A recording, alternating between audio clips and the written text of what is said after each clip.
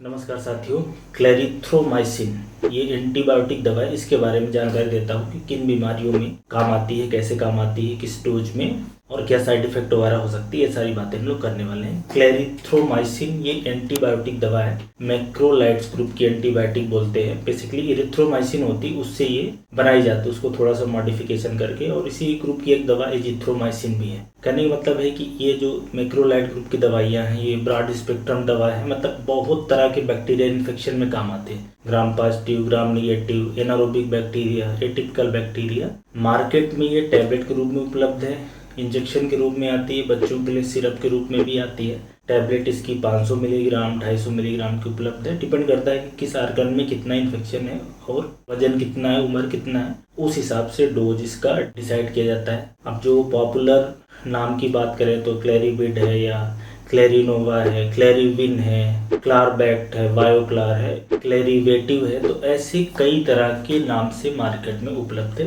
जो कि bacteria infection को खत्म करने के लिए दिया जाता है। अलग अलग ब्रांड के हिसाब से इसकी कीमत हो सकती है, पर क्लेरिथ्रोमाइसिन एक अच्छी दवा है। थोड़ा कीमत टैबलेट के हिसाब से देखा जाए तो आपको थोड़ी ज़्यादा ही रहती है। अब कैसे काम करती है अगर इसकी बात करें तो जैसा मैंने बोला कि ये सिर्फ बैक्टीरिया का इन्फेक्शन शरीर में अगर कहीं है तो उसमें ये रिकमेंड करी जाती है। ग्राम पॉजिटिव, ग्राम निगेटिव, एटिपिकल बैक्टीरिया, मतलब कई तरह के बैक्टीरिया इन्फेक्शन में काम आएगी, पर दूसरे और कोई इन्फेक्शन में ये दवा काम नहीं आती। इसका जरूर ध्यान रखें। और कोई और भी बीमारी को ठीक करने के काम में नहीं आती और एंटीबायोटिक दवा है क्लेरिथ्रोमाइसिन। तो इसकी जो डोज है वो इम्पॉर्टेंट रहने वाली है। तो डोज के लिए आपको डॉक्टरी सलाह लेनी है और इसमें टाइमिंग भी इम्पॉर्टेंट होती है कि आपको एक निश्चित दिन तक लेना रहता है। 3 दिन, 4 दिन, 5 दिन, 7 दिन, 10 दिन, और बहुत लंबे समय तक नॉर्मली नहीं चलती। मतलब 10 दिन, 12 दिन, 14 दिन, इससे ज़्यादा नहीं चलती, कुछ रेयर केस को छोड़ दो। तो अपने मन से ऐसा ना हो कि आप लगातार खाते रहें और ऐसा ना हो कि आपको लक्षण में आराम मिल गया तो बंद कर दें। एंटीबायोटिक दवा के साथ यही होता है कि अगर ली जाती है तो उसका पूरा डोज लिया जाता है, फिक्स टाइम पे लेना होता है। अपने मन से डोज को ना तो कम करें ना तो ज़्यादा करें, डॉक्टरी सलाह से ही लेना रहता है।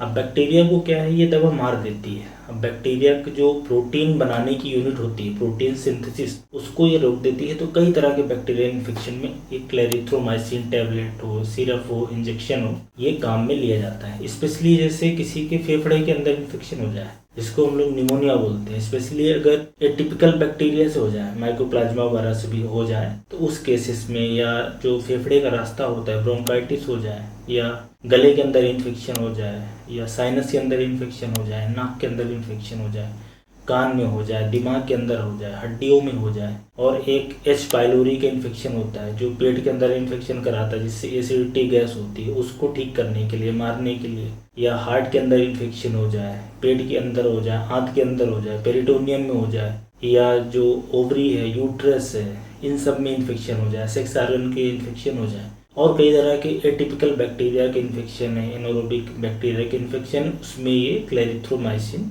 दवा काम आती है। अगर ज़्यादा सीवियर इन्फेक्शन है तो इंजेक्शन दिया जाता है, थोड़ा सा कम है तो टैबलेट के रूप में या बच्चों को सिरप के रूप में दिया जाता है। तो ये क्लेरिथ्रोमाइसिन जो दवा है वो एंटीबायोटिक दवा है, बैक्टीरिया को मारने के काम में आती है। इस दवा के भी साइड इफेक्ट हो सकते हैं, बाकी जैसे सारी दवाइयों के साइड इफेक्ट आते हैं इसके भी हो सकते हैं। ज़्यादातर साइड इफेक्ट तो ऐसे रहते हैं कि पेट दर्द होना, उल्टी लगना, कुछ लोगों को दस्त लग जाना, जी मचलाना, मुंह सूखा होना, मुंह का टेस्ट बदल जाना, मुंह कड़वा हो जाना, नींद नहीं आना। कुछ केसेस में एलर्जिक रिएक्शन हो सकती है, लीवर के एंजाइम बढ़ जाते हैं, इसलिए ये दवा ज़्यादा दिन तक चलती है तो लेफ्टी वगैरह करवा लेना चाहिए। तो ऐसे लोग जिनके लीवर किडनी अगर ज़्यादा डैमेज है तो ये दवा नहीं दी जाती है, इसके डोज को कम कर दिया जाता है। और कुछ लोगों को हार्ट के अंदर समस्या रहती है, स्पेशली कंडक्शन वाली, तो उसमें भी दवा नहीं रिकमेंड की जाती, सावधानी के साथ दी जाती है। कुछ मरीजों में जो कैंडिडा का इन्फेक्शन होता है, स्पेशली मुंह के अंदर, वजाइना वगैरह में फीमेल्स में, तो कैंडिडियासिस भी करा सकती है। तो क्लेरिथ्रोमाइसिन बेसिकली बताने का मकसद ये है कि सिरप के रूप में कोई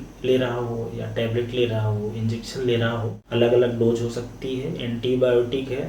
अगर आपके शरीर में कहीं इन्फेक्शन लग रहा है, इन्फेक्शन लग रहा है कैसे पता चलता है? एक तो लक्षण से, दूसरा जांचों से, जैसे कि फेफड़े के लिए एक्सरे होता है, ब्लड टेस्ट में सीबीसी में न्यूट्रोफिल बढ़ा रहता है, लिम्फोसाइट बढ़ा रहता है, टोटल काउंट बढ़ा रहता है, सीआरपी ईएसआर बढ़ा हुआ है। लक्षण की बात करें तो बुखार का आना, भूख नहीं लगना, कमजोरी, थकान, ये सारे इन्फेक्शन के लक्षण हो सकते हैं।